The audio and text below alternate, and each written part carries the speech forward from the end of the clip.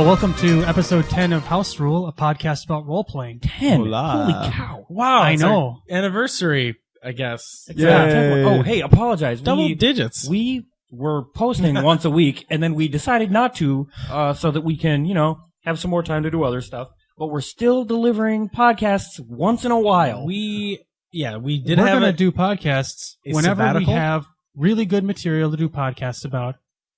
And today, I think we do. I would say I'm going to go out on a limb here. At least once a month, possibly more frequently. Yes. Yep. If we don't have a podcast out for a month, I'm going to come up with a topic. We've got some ideas coming up. We've Yeah. got some stuff in the pipe. We have something that we sidelined for the topic that we're talking about now. Possibly next week. Today, we're going to be talking about magical character beans. They're awesome. They're in the pipe. Our beans are in the pipe. This House Rule podcast is going to be dedicated to a house rule, Dun, dun, dun. and yeah, it's going to be a wild ride. So without further ado, here we're going to talk about the MCBs. We are going to talk about a house rule. Da-na-na. Number two. Trut. Okay, a house rule. This is Yeah, you like that. This don't is you? a house rule in the sense that Triskelion. it is not the What? This is not the Evo stop. Bum, bum, You're bum, embarrassing Gotten off yourself. track already. It's not a house rule in the sense that we made it up, but rather we stole it from No, I like a being off compendium of house rules called World of Darkness Mirrors. I have not read any mirrors. I think two of us here have, and two of us here have not. Is that I've correct? read everything that book has to say about this rule. Oh, I have read quite a bit more than that, but we are not quite ready to do a first read about it at this time. I will did. lie and say I also read. So this segment One is word of this, our first read at least. of one chapter of a book. It's not a chapter; it's an appendix. At the very end of the, I of the- love appendices. of the book, Boy, they those are had goody. a collection of house rules contributed by people who wrote stuff for the book, and it was a very conversational section, like very much like this is what I do and this is how I do it and this is why I think that this is worth trying. Super neat. Boy, howdy. And the official name of the column, the essay we'll call it, in which this house rule is described is "It is your destiny not to suck." And the basic idea is it is an alternative to experience points as the World of Darkness normally handles them, but it is actually a lot more and other than that as well, I think. Yeah. But Mystical character bananas. the essay in the book calls them magic character beans, I assume as a joke, because they're not, they're beans. They're just We've like points. taken to calling them bananas or other occasionally lewd things. So depending on how you do I it, like how you say occasionally lewd. you get your entire character's potential from the first session, in general. Mhm. Yep. And you can spend all of that, none of that, or somewhere in between, At which character we creation. really have yet to see. Yes. Somewhere in between in your game. Okay. One pretty in betweeny. I played in between in the sense that I didn't spend every last one of them, but let's be honest here. I spent almost all of them. The idea is that if you don't spend all of your beans on being a powerful badass, If you don't buy attributes, skills, supernatural advantages until every last bean is gone, you can use those to basically requisition a spot closer to the main character of the game, as opposed to if you spend everything, you will probably be more of a side character. basically unspent beans sitting around in your bean bag are I'd like to talk some more about my beanbag. sort Yes, of I do like that. are like story gravity, kind of. Like the pull of the story is going to tend toward the people who have the biggest bean bags, and the people who have nary a bean to their name are going to be more like, like side characters. So basically, you have the seasoned badasses who really, they know how they take approaches to problems, and then you have the characters who aren't as experienced but are maybe a little more intuitive.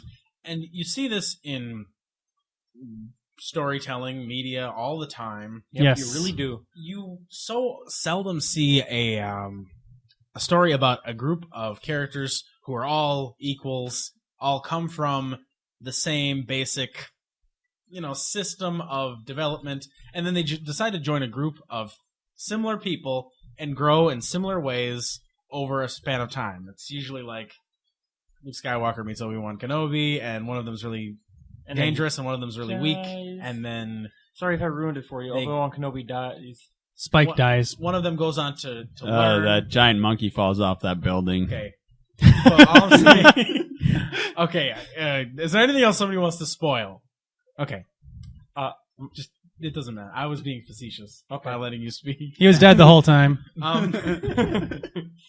But basically, That Indian guy started making bad movies. I think Samuel L. Jackson's the bad guy. the most you guys. The thing about this that struck me right away was that it's So he started talking fast there. it's the way that you run a game with the people of different degrees of power, I guess we'd say. Yeah. I think it's that's the most interesting thing it's the about first it. way it's the first way I've ever thought about doing it, and it just so happens that I read it instead of coming up with it by myself, but it's just something that I've thought about a lot over a long span of time, and I've never come up with an idea that worked remotely this well. It has so far been really fun. Basically, the thing that's the coolest to me is it allows everybody to make a character of. It allows everybody to make characters of a variety of like statistical power levels, but nobody feels, regardless of how many beans they have left or anything like that, nobody feels like they're being left out. You make a conscious decision to take however much part of the story as you have remaining beans or that sort of thing, or to be like a side character, that sort of thing. And it's cool. Like I'm playing a character in a game that Ed's running where I spent every last bean that I had. I had nothing left, and the whole idea of my character was to be, like a side character. He's a little bit older. He's got stuff going on. And we've been using it for mage, and it's been working really well because a character who spends all their beans, they naturally have a lot of answers to stuff, like a high level mage character. For anyone who's played mage, a high level mage character can solve any problem with magic. They can just they run up against a brick wall, they make the brick wall disappear. It's it's a mage thing, and whereas like Jeff's character, he spent I think 2 out of the 60 that we were given, and he has been like a central point to the story, and that's been totally fine for me and Ebo, who've been like the side people in that game. One of my favorite games that I've ever played in was a game we had our mutual friend and gaming partner Sean on the show a while ago, and he ran a game where Lee was distinctly the main character of the game, and it was the funnest thing ever. And since then, it's always been sort of like that sort of thing has been a little hard to approach. Yeah. And I think this eases that a little. It does. Right, and because the players are making the choice of whether or not they want to be in the spotlight. Granted, that leaves, if the GM wants for the game to work that way, it's up to them to adapt to what the player characters wind up being. Yeah. Yes. You run the risk of having everybody spend every bean. And I was a little bit crestfallen when, upon starting a game with 3 players in this system, 2 players at character creation spent every last bean. Yes. And one Long person range high spent five. 2 beans. Actually, I think it's worked out really well so far. The game is fun, and I like it. I think I give a lot of the credit for that to the fact that it's not the most standard way you could play the bean game. Mm-hmm. Like the low bean character, I think one thing about the beans as opposed to experience points is that it gives you sort of the interchange of like points on your character sheet versus the points that you have is a lot easier to comprehend. Yes. And it's also a little more fluid. Like one of the options that they suggest for this system is that you could even like lose traits and gain beans to represent your character like weakening in an area or suffering some sort of thing. Yeah, like if you get a really penalizing derangement because of something that happens, you could get beans back. That'd be cool. Basically, the start of this game was that the low bean expenditure character isn't a newbie. He's an old,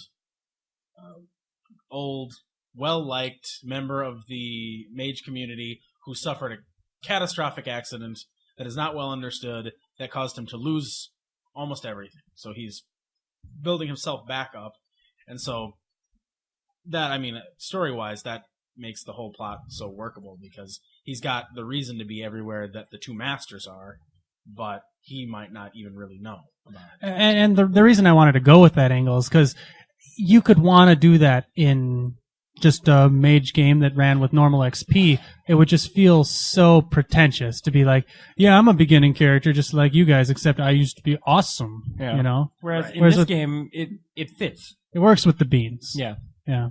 One of my favorite things about it, and the reason, like in that game, Jeff doesn't spend his massive pool of beans for a lot of like story purposes. Like he just sort of relies on the beans to, like the game just sort of swings in his direction regardless. But like you can spend the beans to just get things to happen eventually, Right. to swing your GM's favor. And I love the idea that you can spend a bean to get your GM to, improvise something or make something up on the spot. I love the idea that a GM who's willing to try this system out is a GM who's also willing to go on the line with the improving thing, to go a little bit out there, like further than a lot of GMs would. We didn't really explain this in any kind of detail, but in addition to having like a greater degree of focus, the unspent beans also can be spent to ensure success on things. Basically, you can spend one bean to gain one additional die on something. The original house rule suggests limiting to 5 additional dice on something, but I shrank that down to 3 just because I didn't want for one character to be... I felt like 5 extra dice on something might allow a lower powered character to succeed on things that the higher powered characters are struggling with, just because those unspent beans are giving them... I mean, I gave 60 beans total, which is... It's not the highest amount. I mean, the highest amount suggested in the book is 100, but even that is not the upper echelons of like power for a mage. But it gives you like this... I feel like it would give you the ability to outshine people just because you can spend 5 beans... you can spend 5 beans 12 times. Yeah. And I don't normally like enforce a huge number of dice rolls about everything. In fact, I'm looking at ways that I can reduce the amount of dice rolls just because with higher level mage characters, I just want for fewer things to require a roll. Yeah, that's But one of the things I really liked it's- about Burning Wheel. That I've been trying to I felt the need to bring limit the dice bonus you can get on a single thing to 3, even though that makes the beans last way longer than they need to. The other thing that you can do with the beans, as described in the original house rule, is use them to basically buy scenes or buy narrative control to a limited degree. And the example they give is like, I want to meet my rival I want a scene where I get to confront my rival, and you can say, because I want to chastise them for this action that they took, or you can just say, I just want to encounter them. I want to encounter them for whatever it is worth. And that hasn't been played up too much, but I'm going to interrupt you with an example. Okay. One thing I thought was really cool. Normally, I ran a mage game a while back, and there's always the situation where the character wants to find something. And so you go through this little role playing, I look here, I look here, I look here, and eventually you'll let them find it because everyone's getting bored. But the thing with the beans, like I spent a bean to find a way to get back mana. And after a while, Ed worked out a scene where I talked with some guy from my past, and I eventually got some sort of mana out of it, but he was able to work that in a way where it was something more meaningful than that. Mhm. And I thought that was cool. yeah, I guess I hadn't really anticipated the amount of practicality you would apply to, buying scenes with beans. Like, that's just something that I didn't think of ahead of time, and my immediate response to that was, you can get stuff from bean expenditures, but I'm always going to incorporate some sort of emotional context with that, and I can't think of a situation where it wouldn't be a complication for you guys. just because that's more fun for me. It's more fun for us too. Yeah, I mean, anyway, like I said, I think the improvising, ability of the GM who commits to using beans is going to be taxed a little bit more, and that's really cool. Like, I love seeing that from my side because I like to improv and I like to see other GMs improvise stuff all the time. Like, the more, like, if I as a player can make somebody do that, I'm automatically having fun. That's the thing. It's the problem that comes up with player control. When the player wants to go do something, they basically have to come up with all of it, and that makes it hard. Whereas if the player can be like, I want something kind of like this to happen, and then the GM can integrate that into something that makes sense, and the player really feels like they're doing something, and the GM can kind of keep it in the world. Yeah, it's very cool. Like, I would like a scene where my main enemy and my mentor are in the same place with me.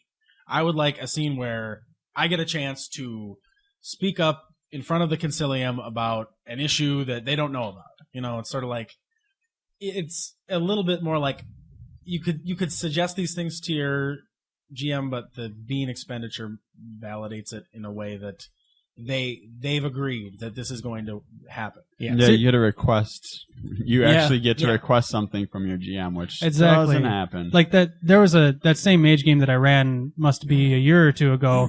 Ebo played a character who would have perfectly benefited from the bean situation. Yep.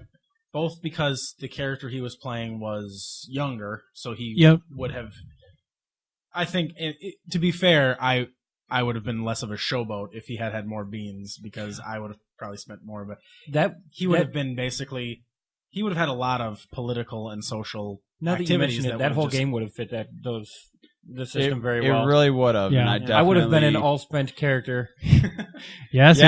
Why didn't you do this last time? I would have saved beans just so I could do magical experiments on people and not get caught. Well, when we develop real magic, we can go to the past and try again. How about no? What about if we use our magical character beans to go back to the past? That's the thing, Lee. You won't remember. No, I mean, if I go back to the past, I'm going to... No, okay. You don't know how time travel works. The last time we went back to the past, we changed it so that it is what we remember now. Yeah, apparently we did it wrong. It's not linear or cyclical. Oh, it's so beans wavy. didn't work. That sucks. Okay. I had something else. Here's my thing about beans. The goal of beans, as they state, is that the character you make is the character you deserve. And I want to see, do we think that has shown itself? I mean, I have ran 2 one-session games with beans, so it's not really much to really speak of. And the second one was very much an alternate take on beans. So, like, we're really looking at games in general. Yes. So we're really looking at the one Ed's game that we've played a good 4 or 5 sessions of. I guess my one criticism of that game, and that applies as much to me as anybody else, is that I wasn't really expecting for it to come out the way it did. I didn't think 2 people were going to spend all of them. I didn't think that the one remaining person was going to spend so few. And I didn't think that you guys were going to remain such a socially connected group among the people. Like, I wouldn't have been surprised if one of you had wanted to be a mentor or a protege relationship. I wouldn't have been surprised if you had wanted to be like a cabal who's composed of old and new members, and there's something of a distance between them. But you're all playing characters who are more or less who treat each other as equals, and that was something that I wasn't really ready for. I think that's really cool that because of the weight of Jeff's beans, wink. Like my character and Ebo's characters were both, I think, significantly older than Jeff's character. You're pretty young, right? Your character's pretty young. Yeah, he is. We still treat his character like like our characters at least knew. Like Ebo's character had a pretty intimate connection with Jeff's character beforehand, and my character knew of him because he lived in the area, and we knew of Jeff's character as a powerful, magic wielding badass doing all this stuff, and our characters are still older and treat his character with a different kind of respect because of the weight of his beans. I don't think there's anything wrong with it. It's just, I feel like it's not as clean a slate as I would want. Well, it's not a controlled experiment. It's really changed it. That's what I was. Go ahead. Well, one of the things that Jeff did was, when we're making these characters, I didn't really have an idea and he's like, "Does anyone want to have known me?" And I'm like, "Oh yeah, okay." And so we've got this whole thing going where I was essentially Jeff's friend, sidekick before I was much older. Mm-hmm. I did a lot of stuff. I was, if you're familiar with Mage, I was an adamantine arrow before, and then Jeff lost his memory, and the roles kind of reversed. Where I'm actually, he's a life and death mage, so he's patient.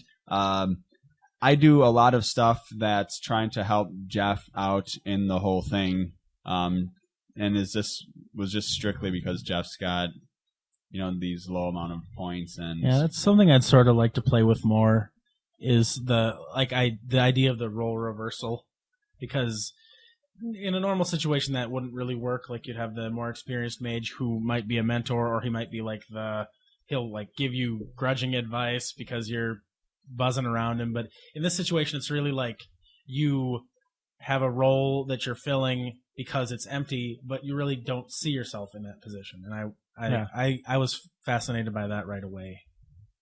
One thing about this game not being a controlled experiment is because there's the simple fact that, and I don't know how it comes about, but every once in a while you'll get a game where there's awesome player chemistry. Mm-hmm. And I think this is one of those games. Like, we always want to play this game. Our characters interact well together. And I think part of that came from making our characters for the first time under this bean thing.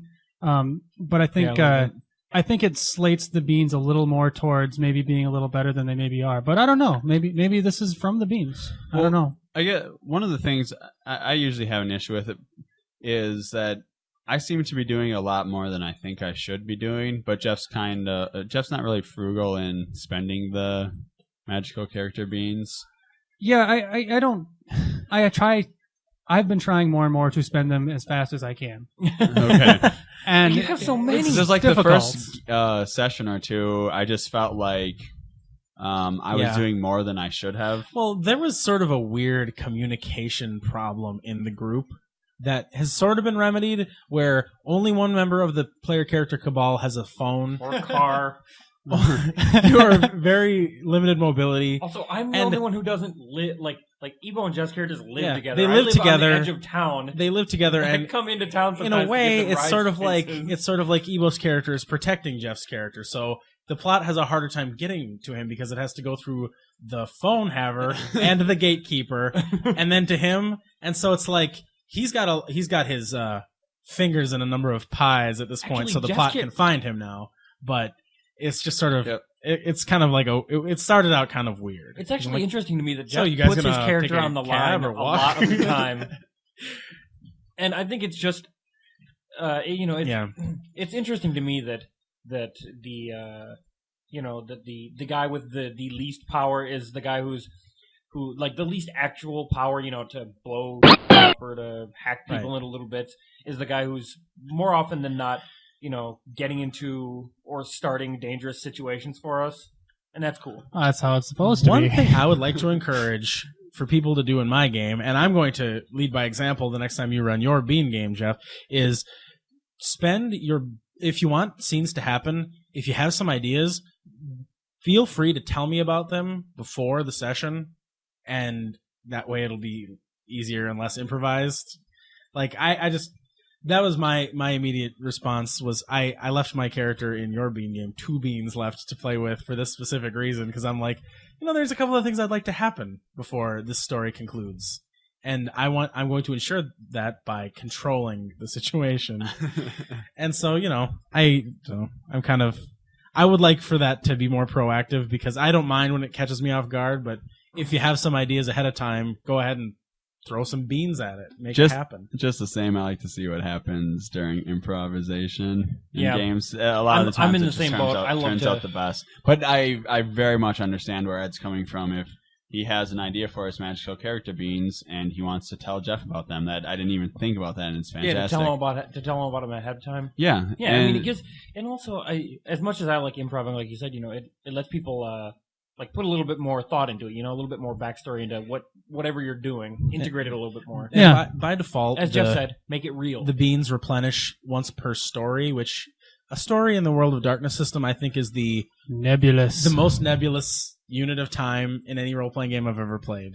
It's like a light year. It's more than distance, it's or is more that than a time? I session, don't really know. but it's less than a chronicle. Yeah, they're almost willing to tell you that a chapter is a session. They're Almost. They insist that there might be situations where that's not true, but I'm like, why not just have that be true? I'll let you have a dream every time we play. That's fine. Okay, but yeah, and so I'm more than comfortable with the idea of my 2 beans paying now for scenes that I want to happen at some point, and I don't even care if they happen in the session. I would just assume that they happen anytime up until the point where I get my beans back. Yeah. Oh, I don't know if we mentioned this. By the house rule in the Mirrors book, Yeah. you can spend your beans during the game or between Right. sessions or something like that in order to You like can increase your skills. you can progress You can just the same way you spent the beans during character creation. You just need to have adequate role playing and time elapsing for these things to happen, or not even adequate if you have some like mystical Jeff's character's solution. an amnesiac. If he gets hit in the head really hard, he can learn new magic. In theory, he can spontaneously gain things by simply remembering that he knew them all along, or he can spend some Or time this laboriously. would be Yeah, Right. Ed keeps Me. talking about how, hey, you guys could spend your beans, or I guess Jeff could spend his beans, but I'm waiting for some sort of Yeah. pivotal plot moment to do something also, like that. You have But you have 60 of them. you can spend the beans to gain like traits, but it wasn't specifically stated, and I don't think that the default the essay has some considerations that I don't think really apply to mage. Like, I made clear that I don't think rotes really belong in the continuum of bean spending. I mean, I think that they're powerful naturally, and they're very cool and desirable, but I don't want players permanently spending their beans to earn these things. Speaking of house rules, I've never really liked the permanent expenditure of XP for learning those. I agree. It's That seems always like the been sort of really thing- awkward. It seems like the sort of Yeah. I can get behind the permanent expenditure of XP if you create a new one, maybe. But even then, like a lot of the time you gain rotes. Like you have to, Right. like in Mage, normally you have to find a person who's willing to teach you the rote or have a magical book, and then learn it from them, and also spend Like- the XP. And I'm like for anything that you can only get through character create or through role playing after Right. character creation, I don't even think it should Role cost playing based XP. things, I don't. I agree. I've removed from the bean continuum basically merits that are purely social, like allies. You don't have to spend beans to have an ally.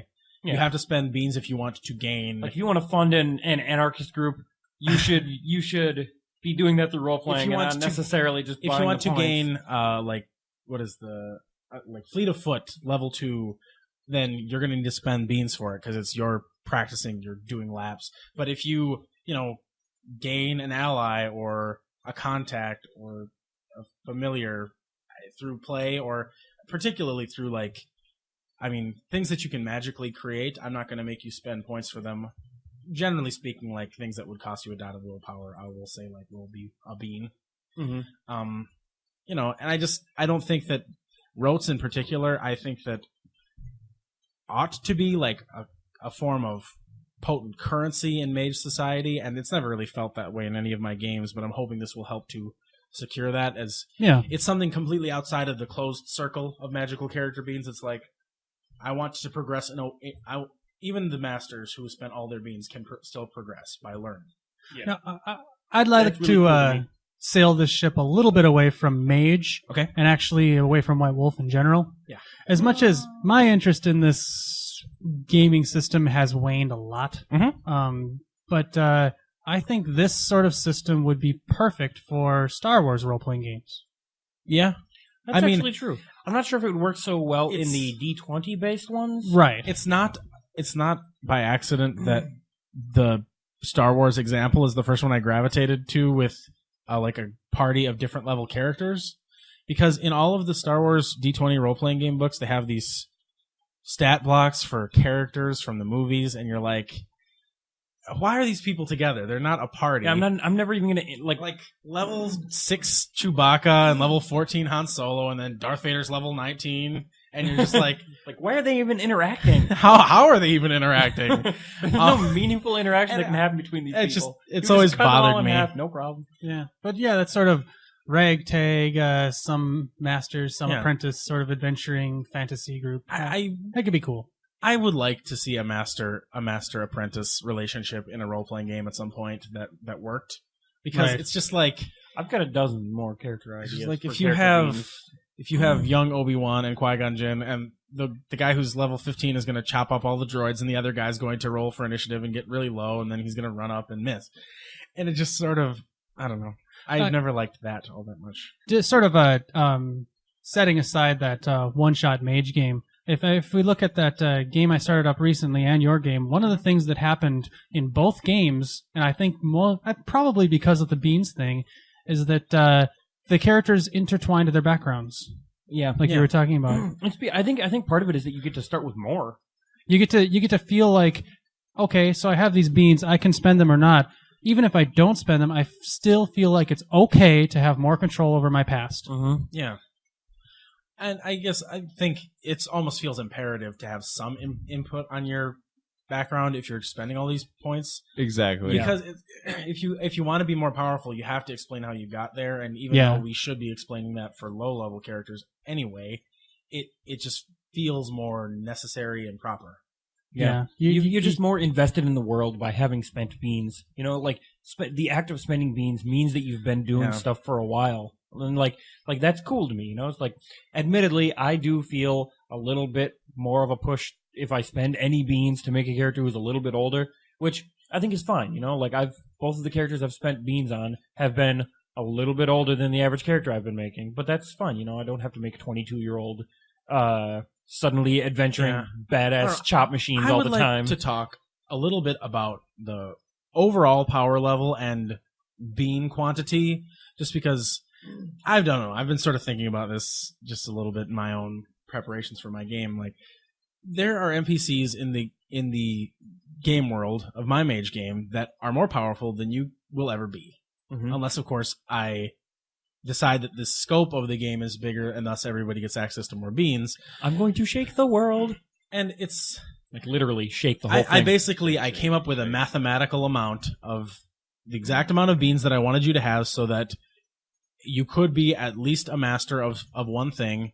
And if you, I encourage you not to spend over half of your beans on magic stuff, but you could be slightly I more. also did. And like, I don't know, I was just looking through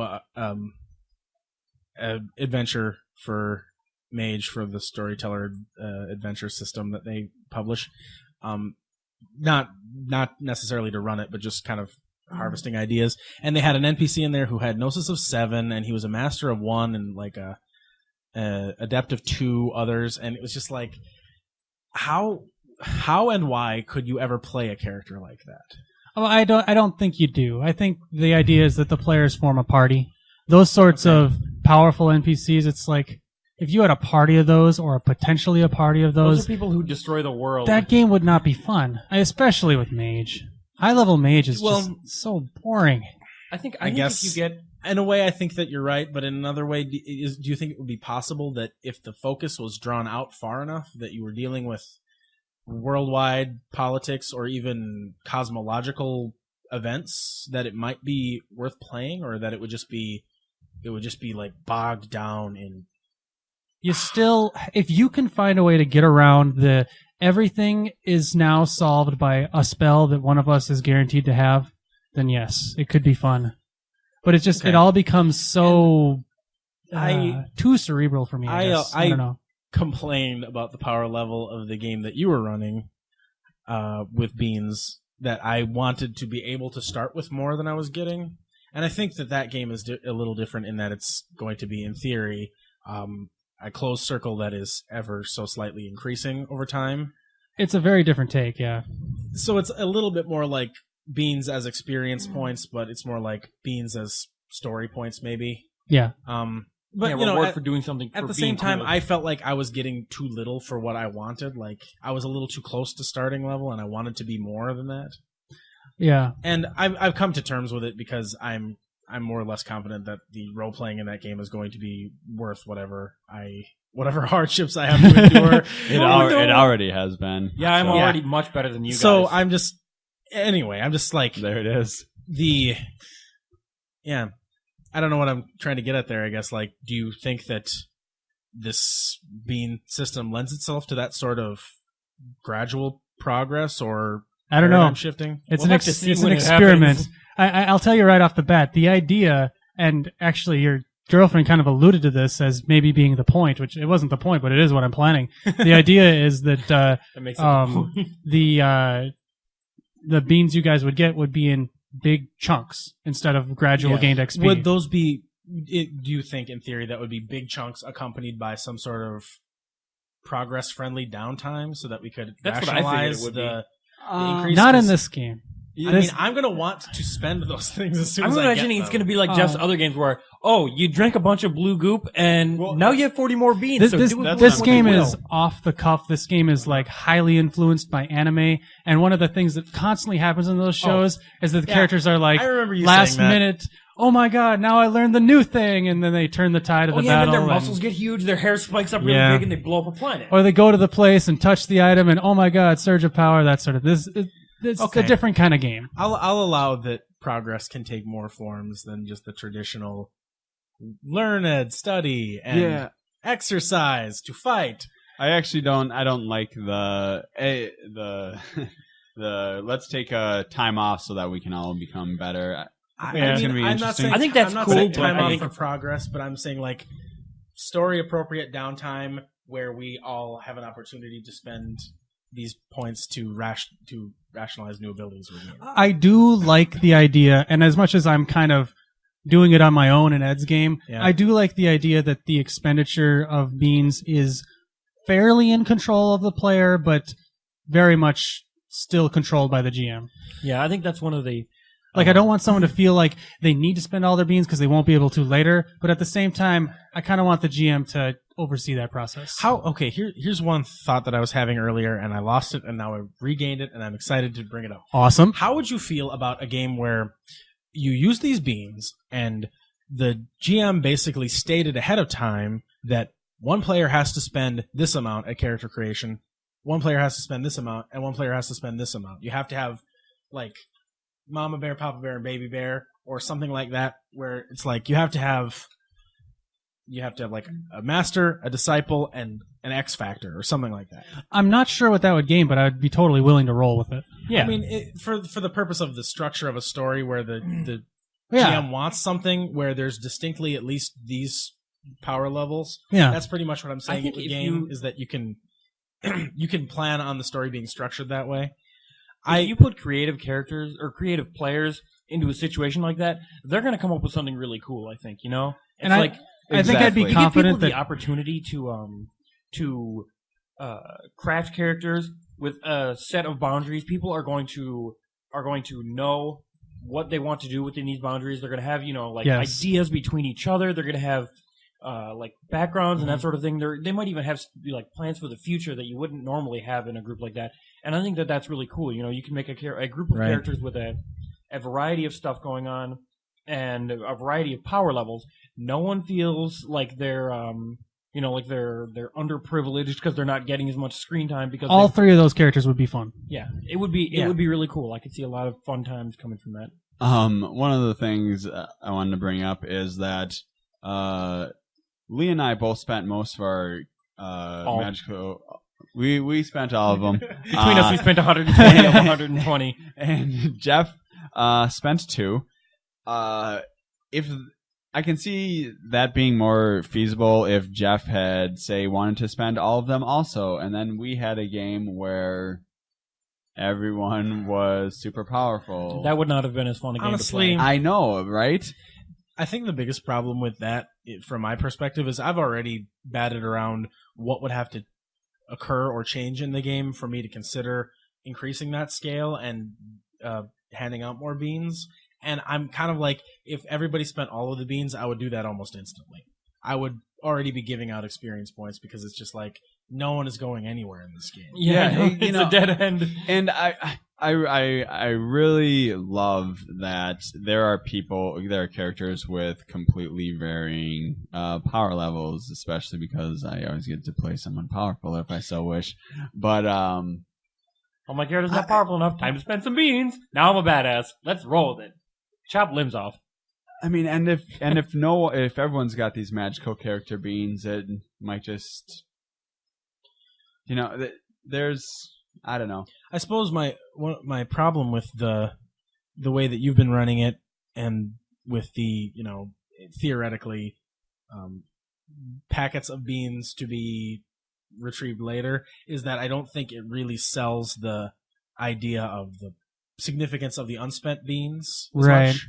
It sort of transfers a little bit of that. I mean, we still would be able to spend the beans for the stuff that we want. I But can tell you what I'm hoping for. what's that? What I'm hoping for is that it kind of fluctuates a little, where if someone, let's say you get a packet of X amount of beans, and someone says, well, I kind of like my character's powers the way they are now. I kind of want to take a stab at being a little more pivotal in the story now. Yeah. That's what I'm kind of hoping is kind of a fluctuation of main characters. Basically, I think, yeah. I don't know if it'll happen. It's kind of experimental. For Very yeah. experimental. From my point of view, I really am into my character, and I spent a lot of my beans on, and basically what I'm hoping is I'm going to keep at least as many beans unspent as I need to draw exactly as much of the focus as I need to keep having fun. And I don't think that that's going to be so much, just going to be I imagine your character being a couple one of of the more key powerful ones in the opportunities. party in general. So. I mean, mechanically, sure, he is right now, and I want him to continue being that way. So That's I'm the going way I to continue imagine him all the spending his time. beans to the limit.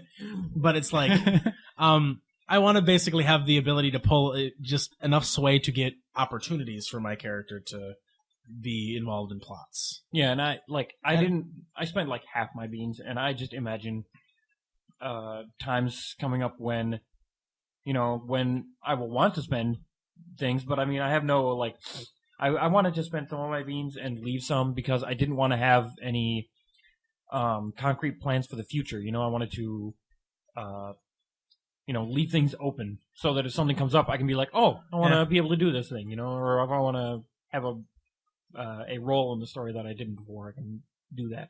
For me, I saved some from one of the main reasons was because Jeff's doing a different power system, and I didn't have a good idea for it yet.